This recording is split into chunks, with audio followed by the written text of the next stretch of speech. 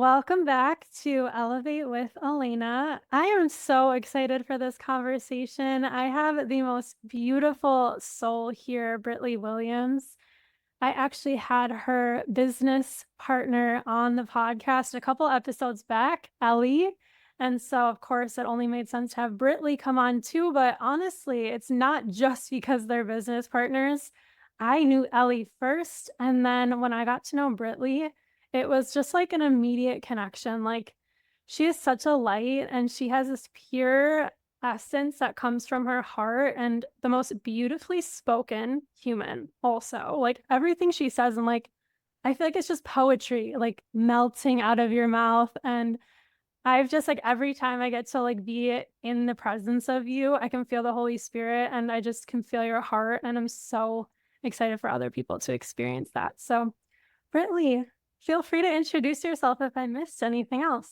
I'm like, you did better than I could ever do. Thank you, Angel. I Mhm. feel I feel the same way about you. The moment I met you, I was hosting a webinar, and the first thing when you came on, there was 30 something women in the room, and I remember seeing your square as I'm like, doing my thing over and over and over, and just thinking, what God, like, what is it about this woman that I'm supposed to know? And fast forward, it's making so much sense, and I believe we're just getting started. So thank you for having me here and Yeah. on the show. And as you mentioned, my name's Britley, and I can go straight into the testimony, but a little about me is I am a Yeah. somatic coach centered in Christ, and I'm a peak performance coach. So I help women and men seek and find the blocks, the barriers, the blind spots that keep them from going after their God-given purpose, anything that would prevent them from being in the vastness of the embodiment that He's called them to be as leaders, as entrepreneurs, as wives, as husbands, just the most radical expression of us that we get to be in abundance before the world had its imprint on us. So I just help people connect to their body.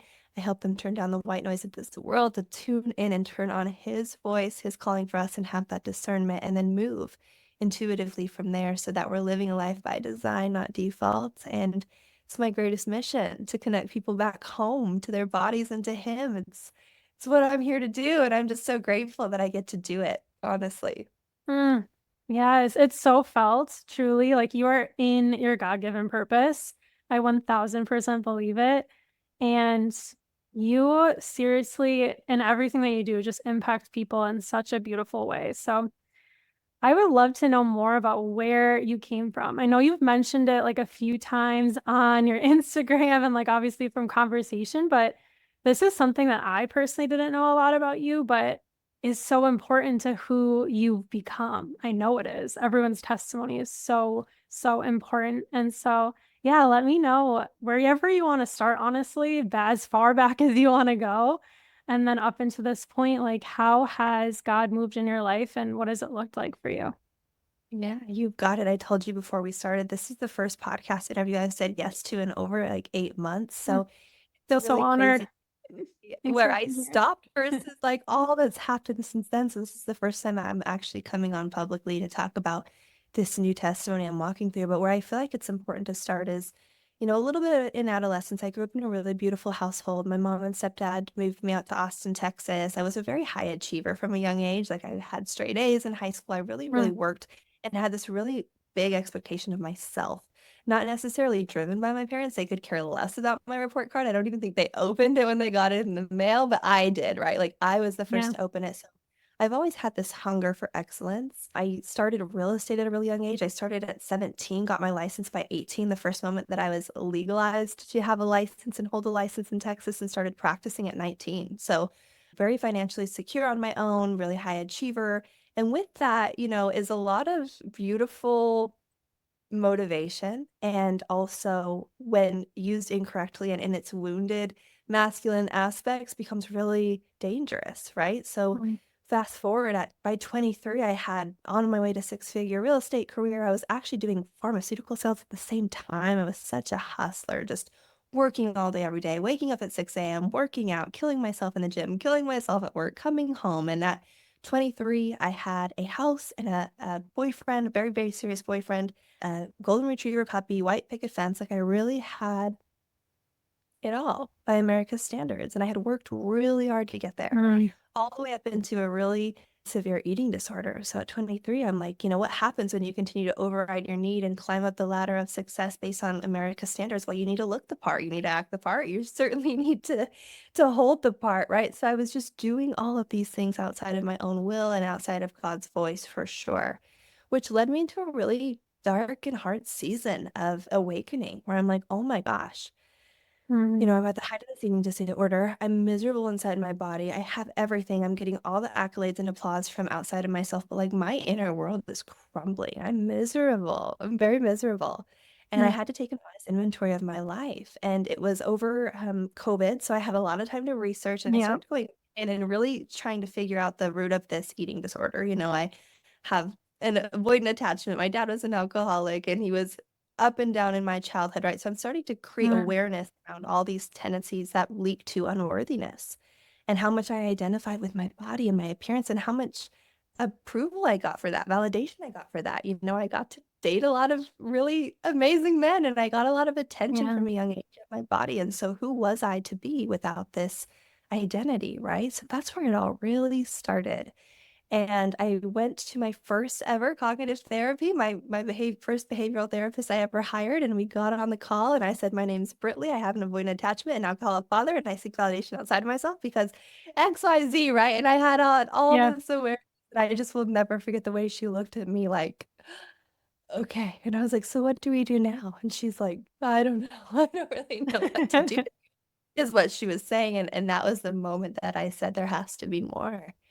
There Mm. has to be more for us women, us men who are out and reading the podcast, doing the research, going to cognitive behavioral therapy, but we're stopping at the same mind that holds all of its limitations. Like, where do we create state change? Where do we experience freedom?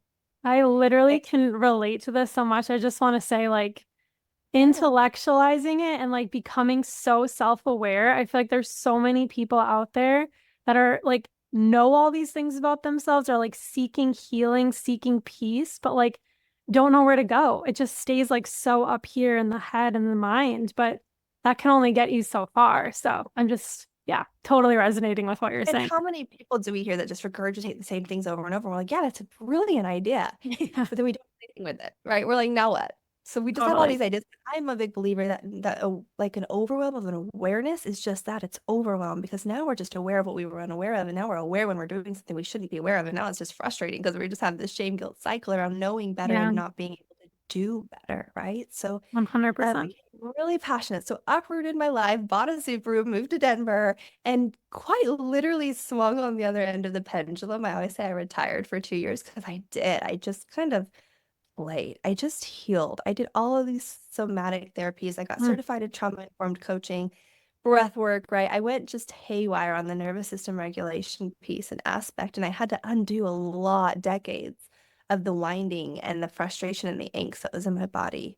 Mm. And I became really healed in my feminine, my ability to just flow and like nourish and surrender and soften. And that was really, really beautiful. And that was a really necessary time. And so I looked up in about 2 years and I had depleted all my savings. And I'm like, what's the plan, Britley? We swung from this end to this end. Now Oh there's man. no boundary, there's no security. We're like having a ball, but where's that middle piece? So Yeah. that's where my testimony really begins. That's where I really started to go into how do I create this unity in my body where I can be highly motivated and I'm a devout woman of God. I guess we'll get there. I'm not there yet. But in my mind at this season, how do I own and operate a business and become a coach and a CEO and stay in my feminine attunement for it? Mm. So then God called me back to Austin, Texas, where I'm from Denver, and I had no idea. I was like, if you take me back to Austin, I'll be kicking and screaming. So I was like, why am I having to go back here? I do not want to go back here. I like Mhm. left my past here for a reason. I didn't want to revisit that version of me. But the long story short is I moved May 1st, and on May 5th, I met Ellie, who is now my business partner, who I'd been Mm. circling in prayer for 248 days at church. And if you know Ellie, if you scroll back on the episode, she's amazing. And one thing about Ellie is she's not a super extrovert, so she doesn't really reach out to people first. It's not her MO. And Yeah. for whatever reason, she reached out to me and was like, would you sit with me at church? Which we just laugh. And I always have to say, because it's so out of both of our characters, right? Usually I'm the outgoing one that's inviting everybody, but this was her like just conviction to reach out to me, I guess. So we sat together Yeah. at church that day, became wonderful friends. And then God put kind of a prophetic word in our heart, and we started to entertain this whole, well, you work on the outside, helping people organize and optimize their time, their energy, their love, their time, and I work internally to help them embody it. Like, how cool if we could create even an event is what we were talking about together, Yeah. reconnect. Absolutely. Why not? And fast forward, we're now a year and a half into business and we're helping build up the kingdom. And it's been absolutely amazing. But the last 6 months of my journey have looked like me going radically in on Jesus Christ. My Mhm. finding my way back to God. And, I thought I was a Christian before January 2024. I really did. Like, I was devout, I was praying, I was in the Word, I went to Bible study, church every Sunday, and I was like, yeah, I'm Christian. Yeah. And then God put me through one of the hardest and darkest seasons of my entire life. Actually, not one of, the hardest and darkest season of my entire life. And fast forward 6 months from January 1st, 2024, we're in July, and I am completely different on every cellular level from the inside out, the way that I see the world, the way Mm. that I walk in this world, the way that I know and honor God, the way that I can hear his voice. It's entirely different, but it didn't come without deep pruning, deep refinement, and one of the trickiest times in my life, which I'm happy to get into, but I know that I'm Yeah. going on and on. So stop me at any time. No, it's But so good. Everything you said is needed for sure. And it's such, like I said, like every little detail is so important to your testimony and where God has brought you to today. So yeah, I would love to, if you feel open to it, dive deeper into what the last 6 months have looked like for you and how you have changed. Like, how has your heart changed? How's your mind changed? Like everything. I know he works in such magical, big ways. So even, I mean, that's like really when it happens too. It's in the heart, the suffering, the pain, the trials, the tribulations. Like, I can relate on my own little mini level, even just beginning my own journey with Jesus. It's been such a pruning process. So much has to leave and is still leaving my life right now. Like, I'm very much so in the midst of cleansing my heart and purifying my heart in Jesus too. And there's like every day is just, I don't know what's gonna happen. It's like some days are like joyful and peaceful, and some days I'm just like frustrated and like crabby and irritated. And I know it's all part of the process. So yeah, if you feel you want to dive deep into what's come up for you in the last 6 months, I'm sure someone out there would love to hear it and would resonate with it too. course, I do. And I just felt a little nerve, and then I heard him say it's okay. So there's a few Yeah. things that I haven't shared yet, actually, with the public, even on Instagram, that I'm excited Wow. to go in here. So let's see. So I've been struggling with a lot of gut health issues for about 2 years, a lot of question mark symptoms, losing my hair, started losing my memory about a year ago, like parking in the gym and not knowing where my car was. 28, I'm vitally healthy. I mean, I literally Wow. eat, sleep, breathe health, right? No, regulate my nervous system. Like, there's no reason to have these symptoms. And in December, I went to a doctor, and I had actually fallen to my knees prior to this, and I prayed to God, radically heal me supernaturally. God, if you're real, I did that whole number, right? If you're real and if you love me, you'll heal me tonight and I'll wake up tomorrow symptom free.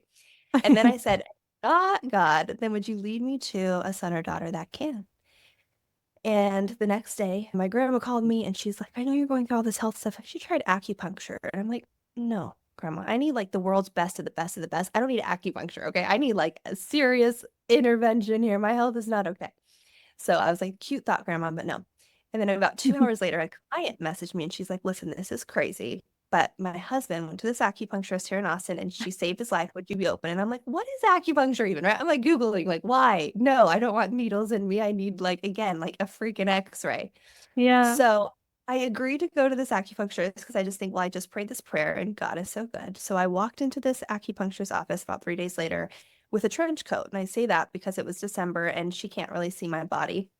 And I walk in and I start telling her my symptoms. Never met this woman, don't know her from Adam. And she out of nowhere goes, oh, silicone. And I was like, what? She's like, yeah, your body is rejecting silicone. And I'm like, what do you mean, lady? Like, politely. She's like, you have silicone in your body. And I'm like, well, I have these breast implants, but like that can't be it, right? I'm in such denial. I'm like, don't let it be the breast I'm implants. like And totally she, getting chills right now. That's I know, crazy. I know. And sure enough, she's like, yeah, your body's rejecting silicone. So Mm. then here's the best part. So she says that she's poking little needles in me in a dark black room, and then she goes, "I'll be back in 10 minutes." And I'm like, wait, hold on. You just told me essentially that this entire mystery illness for over the 5 years, the last 2 years really bad is due to my implants, right? That I haven't even considered and no doctor's ever led me to. Then she leaves the room and it's dark and it's black, and I'm like totally naked and exposed with these little needles all over my body. And I'm just like, don't freak out. Don't freak out. And I have this big come to God moment where I'm like, God, is it you? And I get chills every time. I'm like, do you want me to get these out? And the room is just quiet. It's like not like I heard his voice. Like I didn't have this overwhelming yes. Yeah. I just knew. I just knew. And, a tear fell from my right eye and I thought, okay, okay. Like I don't know what obedience is. I don't really even know, but like I'm just gonna go with it, God. I mean, I don't want to do this, right? But I'll do it. I called Ellie on the way to the Christmas party. I show up to the Christmas party and I'm just like, there, but not really there because I've just made this internal decision to do this big Mm. surgery that I don't want to do because I've become so attached and identified with my body and my aesthetics and my implants. I got them because I loved them, right? Because Yeah. there's a reason, right?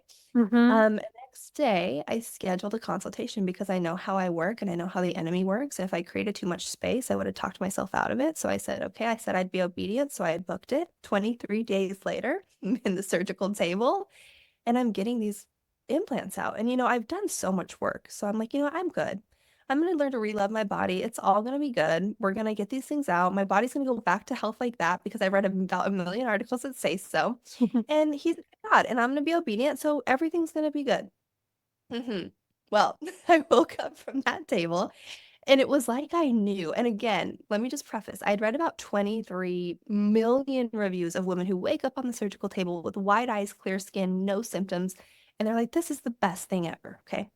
I wake up and I know, I'm like, this is going to be hell. This is going to be hell. I feel worse. My whole body hurts. I want Mm. to throw up. And I just knew, I was like, this is not going to be it. Like, I did not wake up how I thought I was going to wake up. Yeah. And sure enough, of course, coming out of surgery and the drugs and the anesthesia is a nightmare in itself and hormonal and all of the things. But it was the hardest few weeks of my entire life. In fact, I gained more weight. I got more autoimmune response because my body was in no condition to undergo the surgery in itself.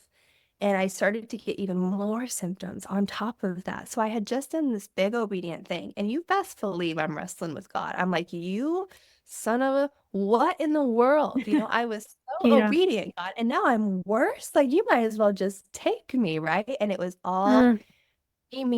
me. Like, God, you didn't do this for me. I did this for you, and you did this for me. So I'm negotiating with God, and I'm angry. Yeah. I'm so angry, and I'm so emotional, and I'm starting to doubt him. I'm like, are you a good God? Like, what kind of good God makes me go through Mm. this surgery, stand on the other side? And oh, let me just also mention that the man I was dating broke up with me 3 days outside of surgery. So my two biggest fears going in were, Oh. what if I don't feel better, and what if I'm less desirable? And I woke up from the table and I didn't feel any better. And then 3 days later, the man broke up with me and I felt less desirable. Right? I have Mm. chill. The Me story gets too. Me better as you're too. It's listening. like things that you were probably, and I don't want to speak for you because I also wasn't in your shoes, but maybe things that you were idolizing. And then once they were actually You like nailed it. torn away, yeah, 100%. I only can say that because I've had the same thing happen to me too. I prayed the prayer, 100%. like, if this isn't for me, God, like remove this relationship from me. And sure enough, he does when you ask. Yes. But I was 100%. totally the type of person who idolized my partners and got so much validation out of that. And I think there's so many things that people idolize. There's so many things that we like find validation in and find value in. And God does not want that for us. He wants us to Yeah. really value Him and our relationship with Him and trust Him. That's Yeah. exactly, you nailed it. And so as I'm coming out of this dark season, I'm starting to gain some insight, right? I'm Mm-hmm. learning that if God would have woken me up on that table feeling better, I would have lost all opportunity to grow in my faith. So I start to change my heart Mm. posture just ever so slightly. He does actually. He starts to change it. I start to see that there's no way that I can be an embodiment coach and live in liberation in this world as long as I'm holding on and grasping onto my identity as a woman of a certain aesthetic and what my body looks like. So the very thing that he put me through, the trial that he put me through, was equipping me and sharpening me to be way stronger and more aware and armored than the version in the previous season. But it was so difficult. And I couldn't see that until I saw it, right? It took some time. And as I'm starting to Mhm. come out, gradually coming out, I'm seeing, okay, he's pruning me.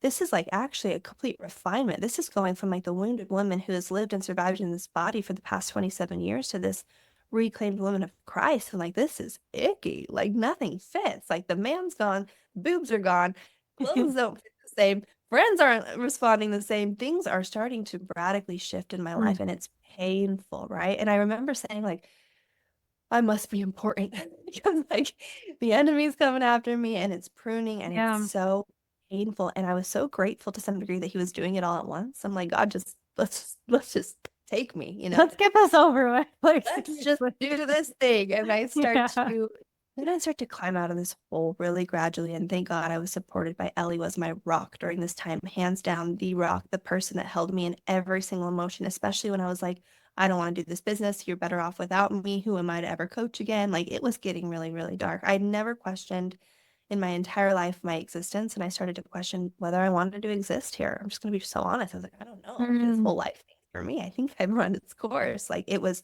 so dark because I think the ego was there, the enemy was there, and God was just like, stay fixated on me, stay Yeah. focused on me. And I did as much as I could. And as I started to come out of the season, I started to watch and notice everything that I was idolizing and how much attachment I had to my looks, how much ancestral and generational trauma there was around worthiness and appearance and even greed. Like, money started to tie into it. I started to see in all of these different ways in which I was holding on to the things of this world. And God was like, I've got to use you.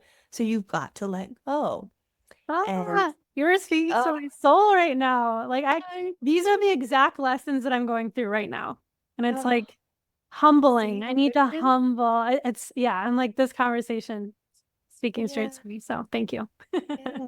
Well, thank you. And thank you for being a container for the space to move, because he's moving. And it's Hmm. so important that we as women like can borrow each other's faith, right? So it's like, as I come out Yeah. of this testimony, is what I'm about to share is like, take this from me, someone who's like, I will never get through this season. It is excruciatingly long. And let me just say that I still have, well, I gotta watch the power of the tongue, right? But there's Hmm. still a lot of things that are falling off me before I step into his full promise of radical Yeah. healing in my body.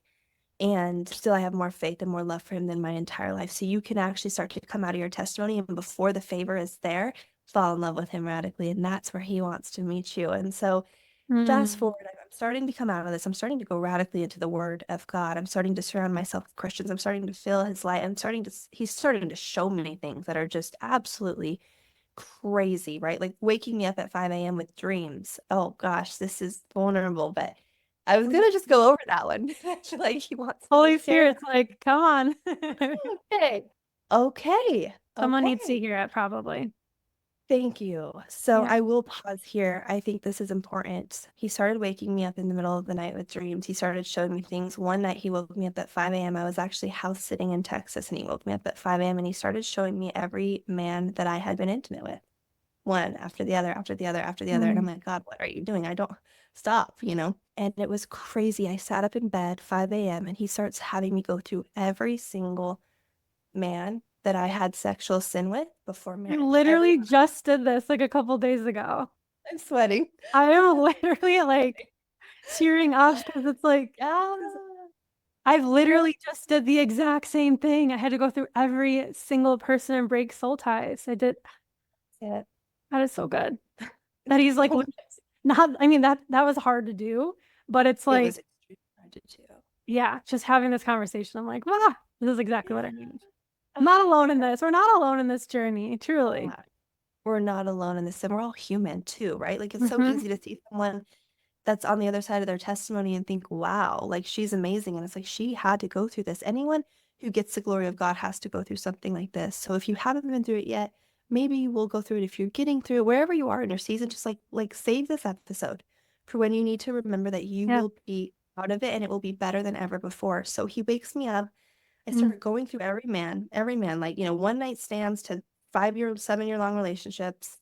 Yeah. And I'm just forgiving them. And I don't want to forgive some of them. Some of them were done against my will. Some of them were really horrible Mm. instances. I was sexually assaulted in college. So I don't want to do this. I don't want to forgive this man, right? But Jesus is sitting next to me and he's like, forgive them as I forgave you. So I'm forgiving them. I'm starting to bawl. I'm starting to cry. I'm starting to forgive until there was one person left and it was me. And that was the hardest one to forgive. And I don't know why, because she didn't know and she just wanted love. And Yeah. I'm not really sexual by like nature. Like, I mean, Mhm. we all have that sensuality, but I did it more for the sake of acceptance and love than I did because I was, the other things. And it was really, really hard for me to face myself and say, baby girl, I forgive you. I'm so sorry for all of the times that you said yes when you meant no, and all this sin, sexual sin, and the Bible says is sin directly against the body. And I started to think, maybe this is all correlated. Maybe the weight that Mm. I'm gaining and the autoimmune is all a second sort of trauma, sure, but maybe it's sin that I'm paying for here on earth so I don't have to pay for it later in heaven and or in my marriage. And I start to think of it as like, could sexual sin have, I'm like asking Siri, can sexual sin have an imprint on your health? Like I'm Yeah. starting to make these connections and these correlations.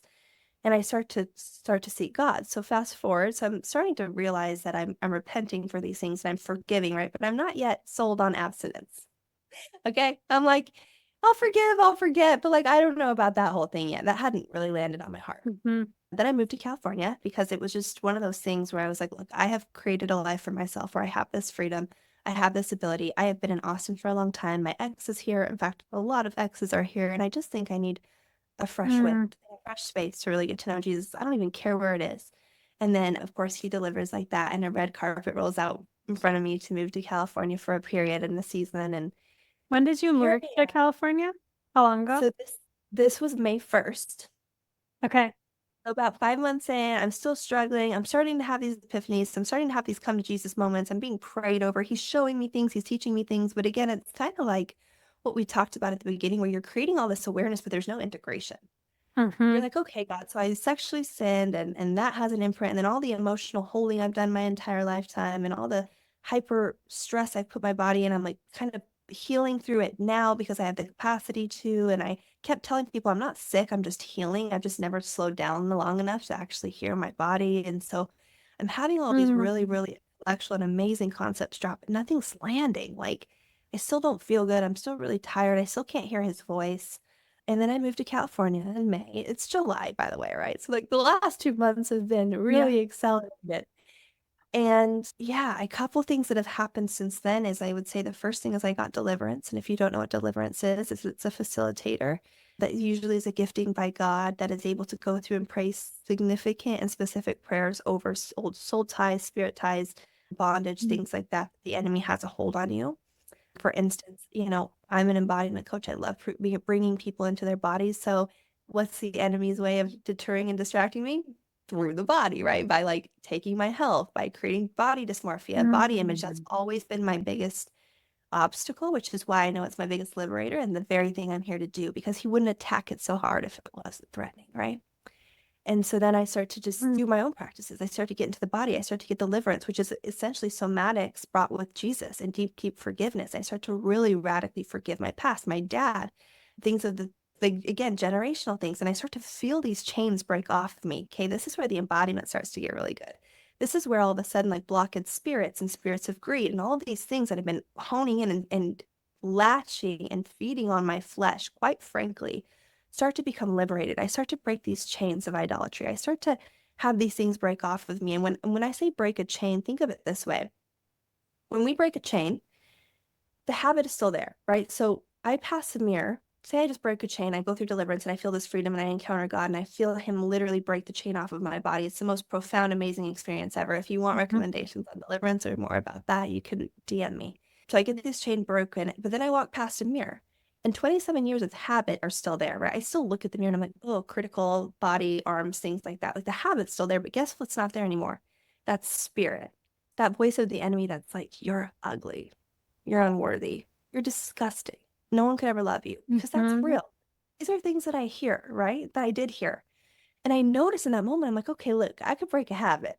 I know how to break a habit. I break habits all day long. I could start looking in that mirror and seeing a child of God, but I couldn't do it without breaking off the spirit because he was too loud for me to hear God. So I start to break off these spirits. I start to Mhm. hear God. And then all of a sudden I really start to have this relationship with Jesus and I hear him and he's carrying me and I can see the enemy and then run against him and into the arms of God. And I start to do this and I start to feel this love. And then he starts to show up everywhere and he starts to love me and he starts to say, I told you so, daughter.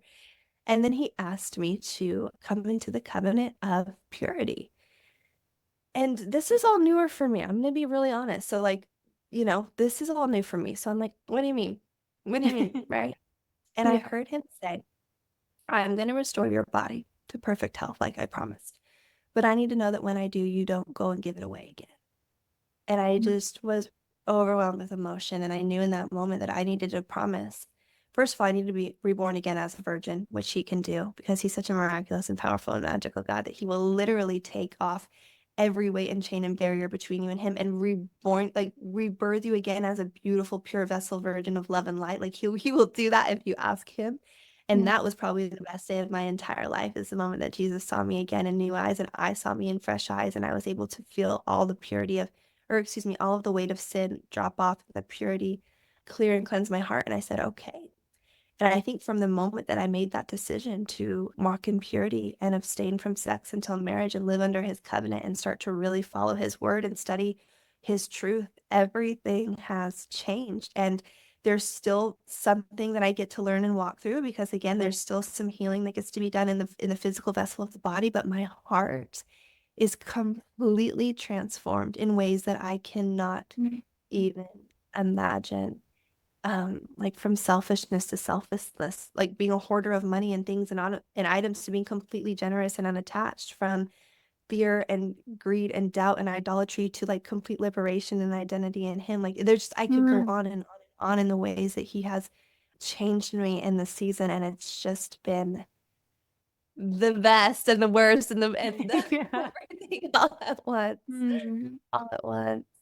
Oh, I I would love for you to just go a little bit deeper into like what it's actually been like because I I just know coming from like the new age and like the always trying to heal yourself with all these different things. It feels like such a hamster wheel. It feels like, I mean, it is such a hamster wheel. It feels like you're always having to try so hard all the time and be so aware, and the healing's never done, and blah, blah, blah, you know?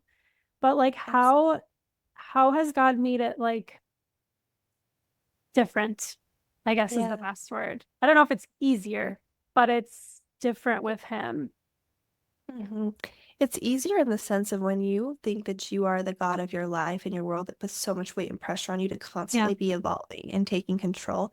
It's so much easier when you know that you have a good God that's backing and behind you. And in fact, Mm. the harder thing to do is to turn and know that He's there and you can access Him at any moment.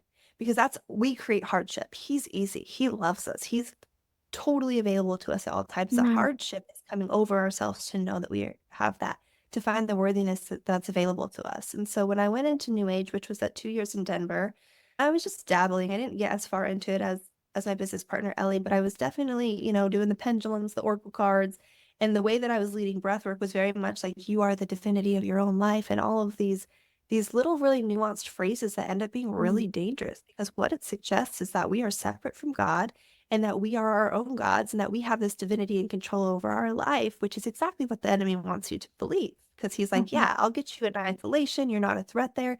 And let me be abundantly clear, the enemy provides too. Okay. So Yeah. when you're He walking away does. from God, the enemy will provide. He'll say, yeah, here's the car and the money. And I had a lot of success away from God, but it was so unfulfilling. It was so incredibly unfulfilling. I was always hungry for more. I was completely disassociated from myself and everybody else for that matter. And I couldn't drop in. And I was constantly healing, like you said. I have friends that have, bless their hearts, still not come to Jesus and are in that space. And when I used to I've removed myself since, but when I used to check in on them, it was like, oh, I was just going through another process, man, or child. I'm like, is this ever ending, right? It became Yeah. so redundant and addictive for us to just completely stay and dwell in this healing journey that felt so dark. Mm. And when I found God, it was like the things that I'd been trying to heal on a somatic level by myself in New Age for so long broke off instantaneously. And I'm like, wait, what? Yeah. I've been working on the sexual trauma for about a decade. And you're saying I had to bring it to you and lay it at your feet and ask for Mm, forgiveness, and you literally wiped me clean, and I feel worthy in an hour because I brought it to you, the one that's always been waiting with your hands open, but I've denied you, thinking that I had to do it on my own.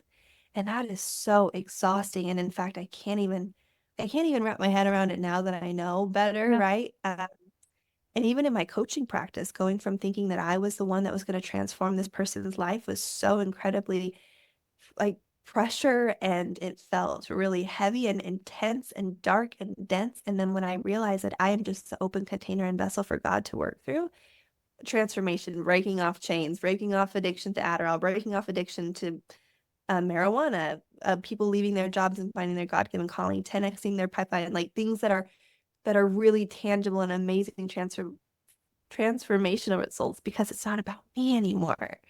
When I get Yeah. out of the way and he works, everything's bigger, right? He's a God of multiplication. So did that answer your question? Yes, absolutely. I just wanted to hear how you've experienced it because I've done some of my own like self-deliverance and Mm. renouncing and denouncing things. And also just like watched a lot of like YouTube pastors and different things. But it feels like it's like unexplainable when you get delivered from things that you feel like you've had to work so hard on for so long.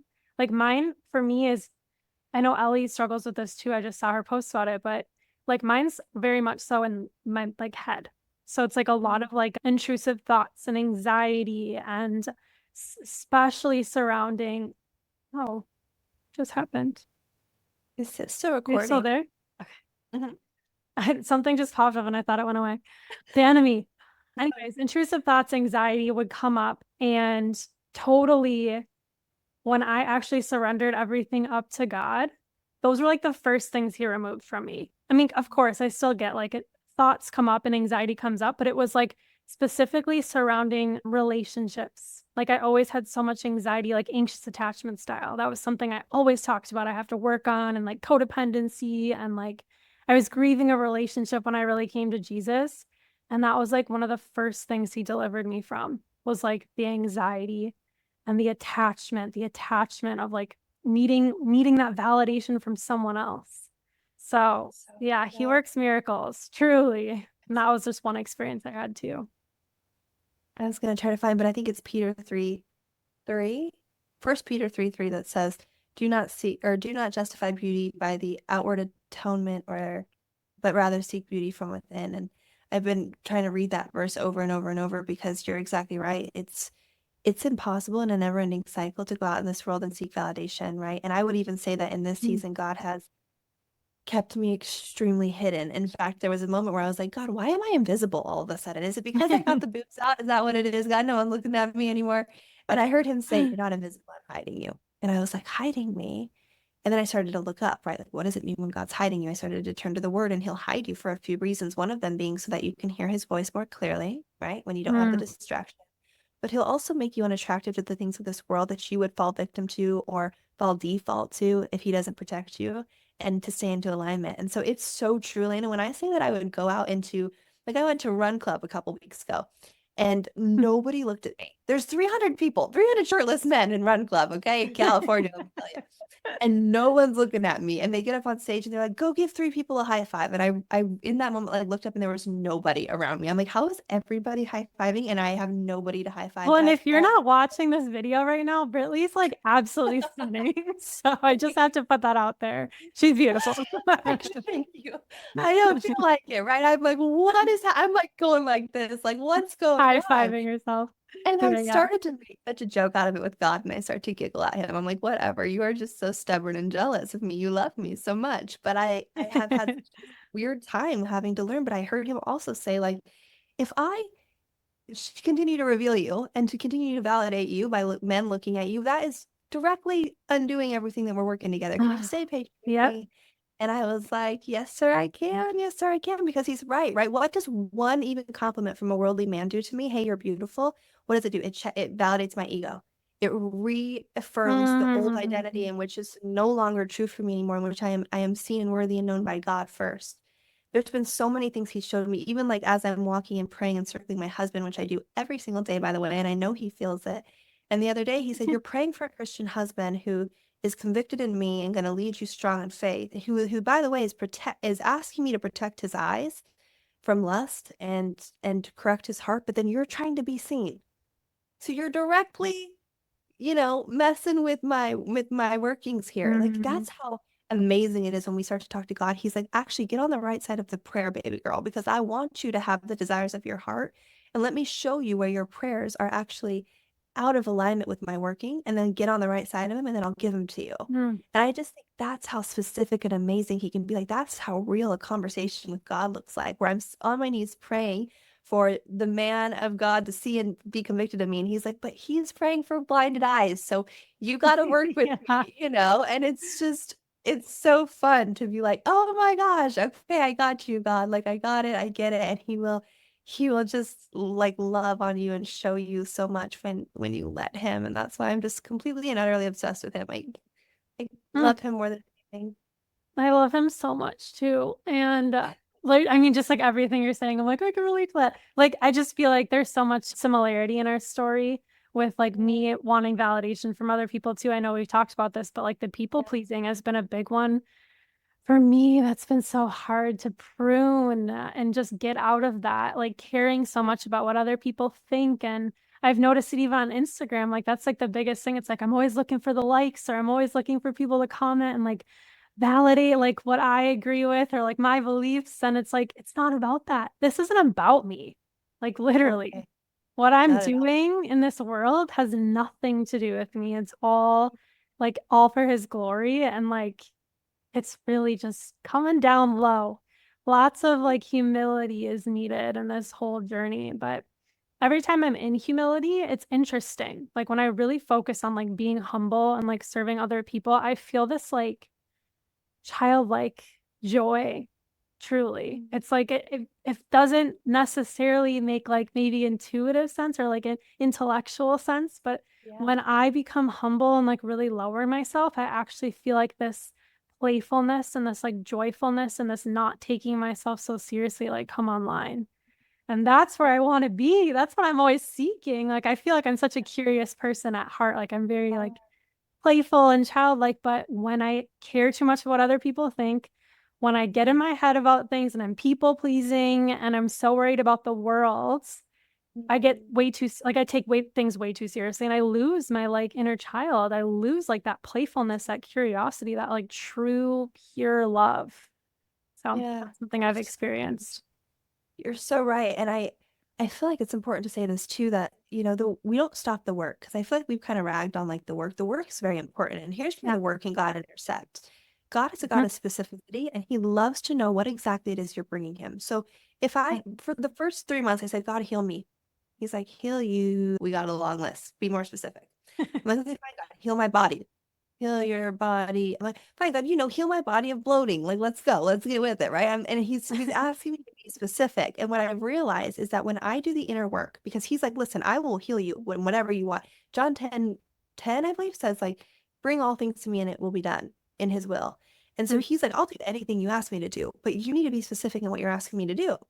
And I realized Mm. that like the work is not just handing something to God and going, "Okay, he wants you to say, no, God, I want you to break off the family lineage on my dad's side, the spiritual, like the spirit of poverty that ran in my dad and in my grandpa and in my grandpa's grandpa." Like, I started to do research, right? I was like, what is this relationship that I have with money? Just beyond just the scarcity mindset that I Mm. have and the limiting beliefs. Like, there's a true bondage here. And Britley Williams, my last name being Williams, taken on by my dad, means that I take on their lineage.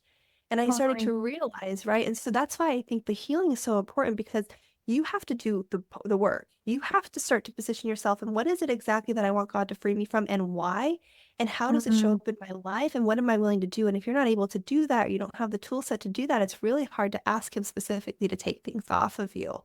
Right? Yeah. My prayer went from like, I want financial prosperity, to like, I want you to show me what to do with financial prosperity, to like show me to be a good steward of your kingdom wealth, to like partner with me, God. And just, like, it got more and Mm. more specific. Break off anything that would keep me from your kingdom wealth. Start to break off spirits, specific spirits. And so as you evolve as a Christian or as a believer, I like to say not necessarily a Christian, your prayers start to change and they become wildly diverse and very, very perpetually specific. And he will meet you there on them. And I think that that's where those two worlds intersect. Yeah, that's such a good point to make because the work isn't done just because you've come to Jesus or you believe in Jesus. Like, no, there's going to be a Yeah. lot of work that you got to go through, but he's with you every step of the way. I Yeah. think that's something at least I've experienced in the past when I didn't have Jesus. He's like, yeah, you're right. I got a thumbs up on the screen. I felt so alone. I felt so alone in all of it. It's like I was so aware of all these things that I need to work on, and I was always focused on it, but it felt like the most, yeah, exhausting and draining and lonely process. And he's like every step of the way with you in the healing process now. Like it's like, and he's guiding you to like what you need to be more aware of or what actually needs to break off. And he's like gonna give you the way to do that. You don't always have Yeah. to try to find it. Like he's gonna show you like through the word or through prayer or through certain people you interact with. Like he's always pointing you in the right directions if you're willing to listen. If you're willing to listen. Yeah. You're Yeah. so wise, and I just love chatting with you. I know we're probably at time, Yeah. but thank you for creating this space and allowing me to just share and to pour. I hope that somebody on here just deeply feels seen because that's what I want you to be seen and feel both seen and held, Hmm. and borrow my faith, borrow our faith in knowing that He is a good God and there's nothing that He will put you through that won't lead you to abundance and liberation and light on the other side. And yet triumph Absolutely. is just a good indicator that He's working on you. So it's a blessing. It really is. I'm so honored to have had you here and to have had you share your heart and everything that you've been going through. Thank you so much for just being willing to be open and vulnerable and share it all, put it all out there. Because I know God is definitely calling you to do that. And he's very like proud of you for doing that. I know it. How Thank can you. people, yeah, how can people connect with you moving forward? Yeah, I'm a big Instagram girl. You can find me at Britley Ann, BritleyAnn. And yeah, shoot me a message if there's any prayer that I can give you if you have questions on deliverance. And that's where you can find me. My inbox is open.